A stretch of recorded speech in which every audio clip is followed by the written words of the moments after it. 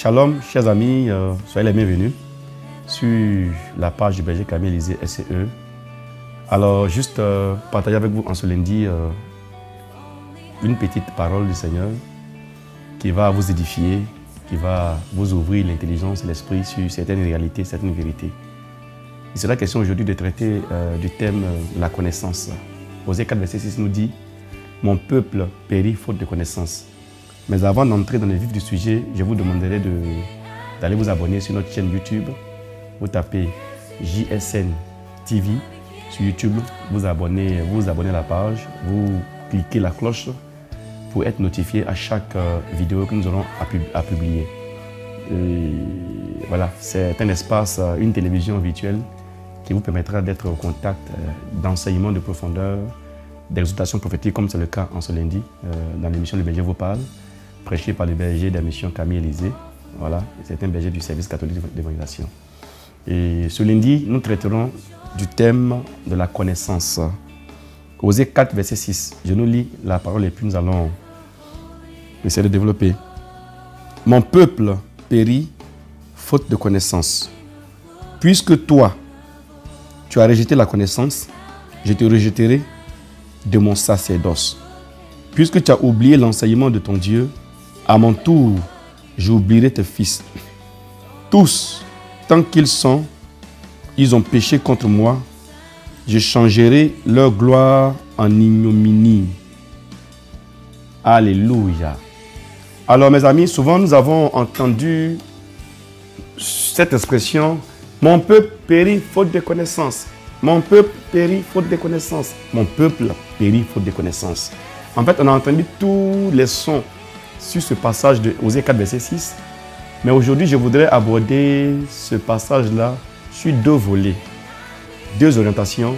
Parce que souvent, quand on parle de peuple qui périt faute de connaissance, nous avons coutume et l'habitude d'orienter le thème sur le peuple. Sur le peuple.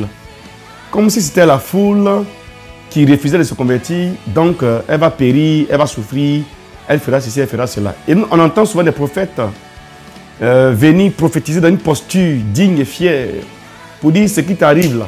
C'est la conséquence du fait que tu as ignoré les lois du Seigneur, du fait que tu as refusé de te convertir.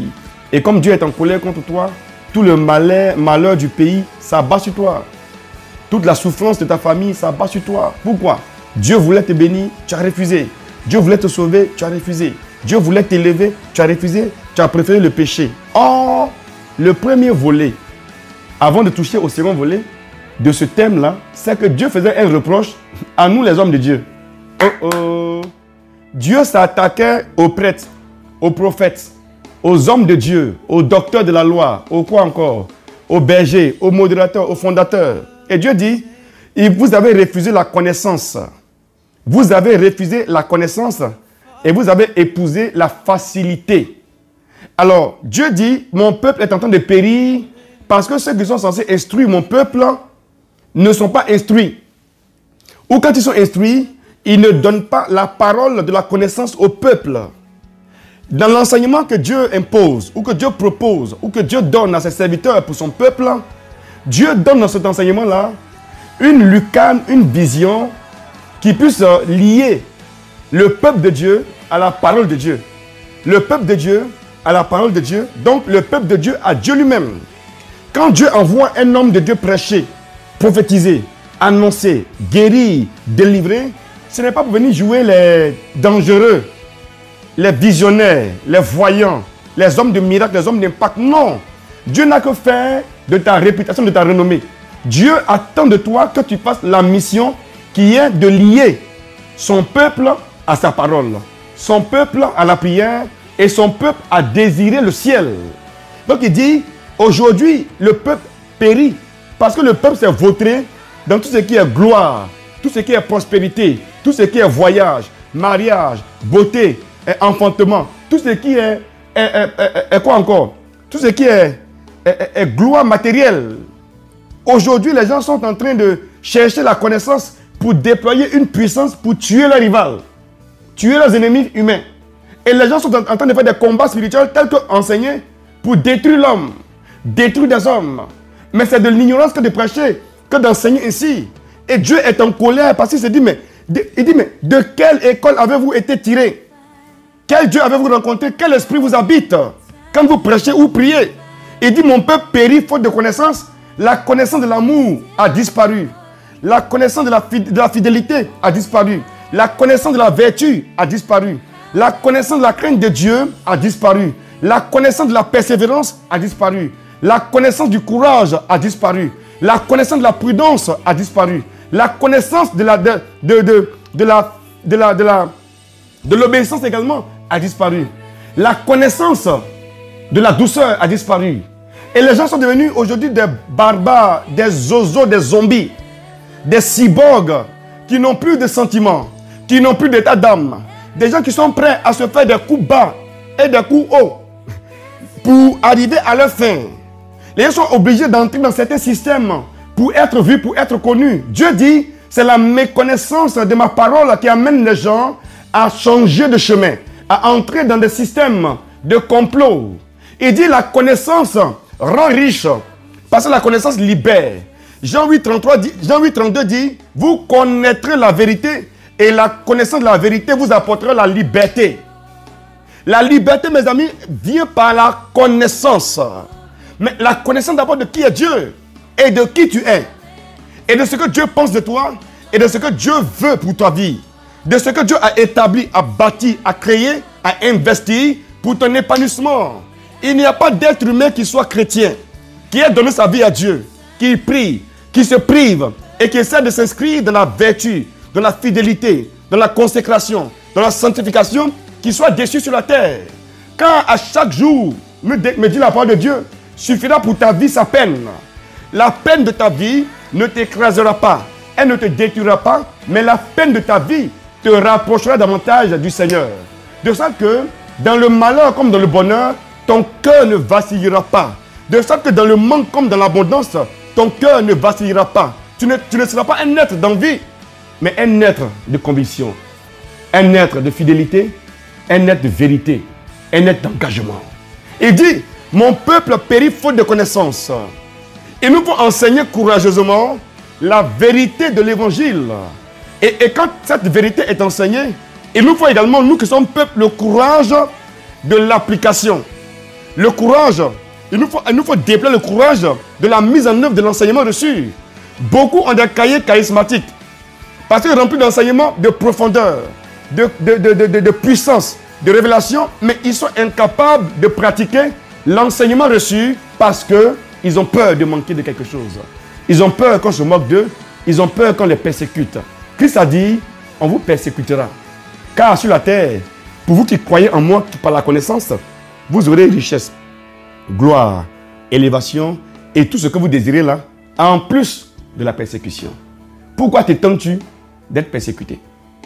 Pourquoi t'étonnes-tu d'être persécuté? Si tu es étonné d'être persécuté, c'est la preuve qu'il te manque la connaissance. Car tout bon chrétien est formaté mentalement. Parce que tout bon chrétien passe toujours au désert. Il y a un désert que ta vie connaîtra. Et dans ce désert-là, c'est le lieu du questionnement. Le lieu où tu te poses toutes sortes de questions sur ta vie et sur la vie chrétienne. Tu te dis, mais pourquoi est-ce que j'ai fait telle chose, ça n'a pas abouti? Pourquoi est-ce que j'ai donné, je n'ai pas eu? Pourquoi est-ce que j'ai jeûné, je n'ai pas eu? Parce qu'on t'a enseigné que quand tu jeûnes, tu reçois forcément. C'est pas vrai. On dit non, quand tu donnes, tu vas forcément recevoir au centuple. Ce n'est pas vrai. Parce que celui qui te donnera au centuple là, il a un caractère qu'on appelle le caractère de la souveraineté. Il fait ce qu'il veut, quand il veut et comme il veut. On ne peut pas l'obliger par un temps de jeûne. On ne peut pas l'obliger par une offrande. On ne peut pas l'obliger par quoi? Par des larmes de lamentation. Dieu n'est pas émotif. Dieu n'est pas émotif. On ne peut pas le distraire. Dieu, c'est un papa pour toi. Et alors, un bon papa donne une bonne éducation à son enfant, qui est l'éducation du respect de la vie reçue, du respect de ses engagements et de sa parole, du respect de sa dignité, du respect et du courage. Quand Dieu te donne sa vie, là, la vie est importante, il va te montrer que ta vie, pour se déployer, doit passer par certains rouages importants, certaines notions importantes qu'il te faudra connaître et avec lesquelles marcher désormais. L'homme qui a la connaissance il comprend également que la patience doit faire partie de son quotidien, comme trésor, comme richesse. Quand tu as la connaissance, tu dois être patient. Quand tu as la connaissance, tu dois être prudent. Quand tu as la connaissance, tu dois apprendre à être obéissant. Quand tu as la connaissance, tu dois aussi être tolérant. Quand tu as la connaissance, tu dois être courageux. Quand tu as la connaissance, tu dois pouvoir souvent te contenter de ce que tu as. Et ne pas être dans l'envie, dans la concurrence, dans la comparaison. Parce qu'en fait, la vérité que Dieu te donne, c'est la vérité de ce qu'il te faut pour être heureux. La vérité de ce qu'il te faut pour t'épanouir. La vérité de ce qu'il te faut pour que tu sentes que Dieu t'a toujours aimé. On t'a fait un enseignement où tu as lu des bouquins dans lesquels on t'a dit il faut être précis, il faut être stratège, il faut être ceci, il faut être cela. C'est bien beau et c'est très vrai ces enseignements-là. Mais leur exaucement ne dépend pas de ta pratique exacte, mais elle dépend de la compassion de Dieu, du bon vouloir de Dieu pour ta vie. Ma soeur et mon frère qui m'entendent en ce lundi, il faut savoir que tu ne peux pas prendre Dieu en otage. Dieu est esprit. Tu ne pourras pas le prendre en otage et aucun enseignement ne prend Dieu en otage. Ce que Dieu veut avec toi, cette connaissance-là, c'est la connaissance de sa présence. Plus tu es dans sa présence, il va te révéler des choses et te faire ressentir certaines choses pour que tu te sentes bien en étant son fils, en étant sa fille. Ne te précipite pas sur les premières opportunités ou le premier venu. Prends le temps de laisser le temps au temps pour te révéler la vérité de ce que Dieu t'a donné en cet instant précis. Ce que Dieu donne à l'homme, Dieu le révèle toujours à l'homme. Ce qui est pour toi va se révéler à toi. Ce n'est pas ce qui vient à toi qui est pour toi, mais c'est ce qui se révèle à toi qui est pour toi. Oh, ils ne comprennent pas. Ce qui vient à toi n'est pas forcément pour toi, mais c'est ce qui se révèle à toi qui est pour toi. Beaucoup voient les opportunités venir. Dieu m'a béni, c'est pour moi qui est là. Ce n'est pas pour toi. Hein. On dit souvent quand tu pries, il faut prier avec précision. Si tu veux un homme métis, demande le métis, il va te donner le métis. Pendant que tu pries, pour avoir ton métis, tu es en train d'avoir 35 ans, 40 ans, 42 ans, 45 ans, 52 ans. Tu es en train d'aller vers la mort comme ça. Et tu attends le métis. Tu attends le métis, tu attends le métis. C'est un enseignement erroné qu'on t'a donné. Avant que tu attendes ton métis ne vienne là, il faut voir le gars clair qui est venu. Ou le gars noir qui est venu comme Désiré. Il est noir comme ça. Souvent il a des boutons comme ange dans le visage. Mais il faut le regarder et tu iras au-delà du défaut apparent pour voir le métis dans son cœur, dans sa dignité, dans son intimité et dans son moi intérieur. Il faut sonder les opportunités que Dieu t'envoie. Le détail que tu as demandé, souvent n'est pas apparent. Or, nous commettons le péché de nous fixer sur l'apparence du détail demandé. Quand on n'a pas vu le détail demandé dans l'apparence, on dit que Dieu n'a pas exaucé. Or, souvent, tout bon trésor est caché. Le vrai trésor n'est jamais en surface, il est toujours en profondeur. C'est dans les profondeurs que tu connaîtras que Dieu t'a exaucé, il t'a répondu. Tu cherches femme métisse, femme blanche, femme jaune. Elles vont te donner des teints fabriqués. Elles vont te mettre un teint à niveau. Un teint qui parle. Et tu vas les voir le jour du mariage. Là. Elles ont fait make-up. Leur teint change. Tu dis, waouh! Voilà Beyoncé qu'elle a. Voilà Kim Kardashian qu'elle a. Mais quand tu vas à l'hôtel pour la lune de miel, elle va se démaquiller. Tu la vois en dirait singe.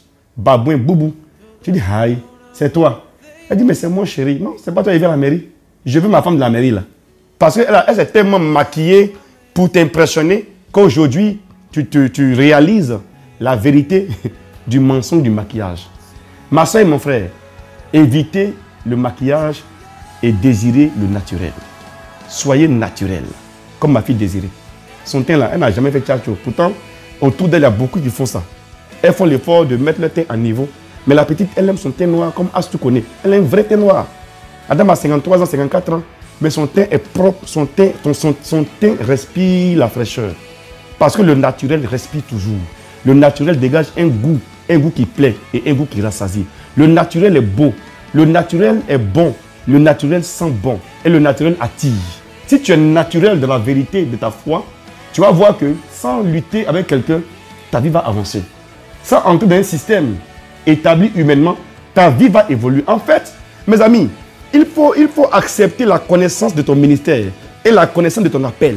Il faut chercher la connaissance de ton Dieu et la connaissance de ta foi. Quand tu as fait une profession de foi, il faut aller en profondeur dans la profession que tu as faite. Que déclare ton église où tu as fait la profession de foi? Que déclare ton ministère où tu t'es engagé? Si les choses ne vont pas bien dans le ministère, approche le berger Camille. Daddy, Camille Élisée. Vraiment, je ne me sens plus dans ton ministère là. Parce que. Le berger va t'expliquer. Parce que quand tu l'approches, il va comprendre qu'en fait, il est au Vatican là-bas. Il ne voit pas les réalités qui se passent entre les cafards et les souris. Donc, quand tu viens à lui et que tu lui révèles certains détails, certains manquements de son ministère, si le berger est vraiment dans une quête de connaissance, Dieu va l'interpeller à travers ta voix qu'il a approchée. Mais aujourd'hui, comme on vous a enseigné à avoir peur des bergers et des modérateurs et des prophètes à cause des visions qu'ils font, qui ne sont pas tout le temps vérifiées, vous avez peur et votre vie est comme en prison. Vous avez une vie chrétienne malade là, une vie chrétienne qui a le palu, qui a le coronavirus, une vie chrétienne qui a froid, une vie chrétienne qui a la grippe. Non! Soyez libre dans votre christianisme, mes amis. Soyez libre dans votre christianisme et partout où vous allez, soyez libre. Si un Chinois te dit que lui, on lui a appris que pour prier, pour que Dieu exauce, il faut croiser les pieds. Ça, c'est dans sa culture chinoise. Chez nous, ici à Abidjan, il n'y a pas croisé pied dedans. Nous, on a fait le nouveau sauvage là. C'est brutal, c'est brusque. On prie en langue ribaba, gros bobo, on prie en langue fort. Parce qu'on est sauvage. Donc, si un gars veut un gars qui est classique et choco, il n'a qu'à aller faire, qu'on appelle ça, coaching. Où on t'apprend à t'asseoir, tu sais, où tu fais les postures, on fait photo d'abord. Avant tu fais photo d'abord. Nous, on n'est pas dans l'économie comme ça. Nous sommes dans prêcher. On est dans exprimer sa foi. On est dans laisser le feu intérieur sortir, mais dans le respect des autres, dans la compréhension et la tolérance des autres, mais nous affirmons notre différence parce que nous connaissons qui nous prions. Jésus a dit, et c'est ma chute, à la Samaritaine, vous adorez un Dieu que vous ne connaissez pas. Nous là, nous adorons celui que nous connaissons, car le salut vient des Juifs. Le salut vient des Juifs. Le salut vient des Juifs. Alors, toi tu es là, ta prière, mais ton enseignement là, c'est un enseignement photocopié des gens. Tu n'as aucune pratique, aucune expérience de ton enseignement. Parce que Dieu t'a rien dit. Tu prends la Bible, avant de venir prêcher, tu vas venir prêcher ce que l'autre a déjà prêché. Dis les mêmes choses, le même thème vocal, la même façon de faire. Et tu ne fais que faire la récitation. Non. En le faisant, est-ce que celui dont tu copies l'enseignement s'est trompé dans son enseignement? C'est pourquoi donnons toujours une place à la révélation vers la connaissance. C'est la révélation qui te donne la vraie connaissance. Et quand tu parles et quand tu vis ton christianisme en entreprise, tu n'as pas honte, tu n'es pas complexé et tu n'as peur de personne. Tu peux aimer les gens, admirer les gens, mais tu défends ta foi, tu défends ton christianisme, car la connaissance te donne de t'engager dans la vie chrétienne, la vie de prière, la vie de sanctification, la vie de consécration, la vie de pureté et la vie du désir du ciel et du salut. Quand la connaissance habite en toi, tu désires l'excellent, mais dans la simplicité, dans le calme et dans la confiance. Tu sais, convaincu que Dieu te donnera ce qu'il t'a promis. Mais avant que ce qu'il t'a promis n'arrive, tu ne seras pas inactif. Tu seras toujours actif, en train de faire quelque chose, en train de chercher quelque chose, en train d'entreprendre quelque chose, en train de questionner, en train d'ouvrir, en train de frapper. Tu vas essayer de faire quelque chose jusqu'à ce que le Seigneur te dise son retour pour toi est imminent. En t'ouvrant la porte du boulevard de la grâce et de la gloire. En t'ouvrant également les voies du succès et les voies des opportunités, des grandes opportunités, les voies des affaires, les voies du financement, en fait les voies de ton épanouissement. Il te faut la connaissance pour échapper à la mort. Tu ne connais pas, tu mourras. Tu connais, tu peux éviter la mort. Un enfant qui ne sait pas que le feu brûle, s'il met la main dans le feu, la loi du feu s'applique à lui. Le feu n'a pas de sentiment, n'a pas d'état d'âme. Le feu, c'est le feu, il brûle. Un enfant met sa main mouillée dans une prise, multiprise, sur une source d'énergie, l'enfant sera électrocuté. Bien qu'il soit bébé, il soit candide, l'électricité ne réfléchit pas. Donc il te faut mieux vous connaître que de ne pas connaître en fait. En fait, je vais dire quoi par là? Ne soyons pas idiots dans notre christianisme. Soyons intelligents, soyons lucides dans notre christianisme. Ne nous limitons pas et ne laissons pas les gens ou les choses nous orienter. Mais recherchons en toutes choses. Dans toutes choses, recherchons la voix du Seigneur, recherchons la parole de Dieu, recherchons la volonté de Dieu. Laquelle volonté va se révéler à toi par un enseignement, par une observation, par une attention, par un silence, par un regard, ou alors par une intuition. La connaissance te donnera d'être riche, de réussir et d'avancer dans la vie. Si tu m'as compris en ce lundi, que mon Dieu te bénisse, qu'il bénisse tes fondements. Surtout, abonne-toi à notre page YouTube, JSN TV. Vous allez sur YouTube, vous tapez JSN TV. abonnez-vous sur cette page-là pour avoir des enseignements de cette qualité et d'autres enseignements de profondeur et de puissance qui vont vous révéler des mystères sur la parole de Dieu et sur le christianisme. Garde le sourire, like, commente et partage et à l'année prochaine.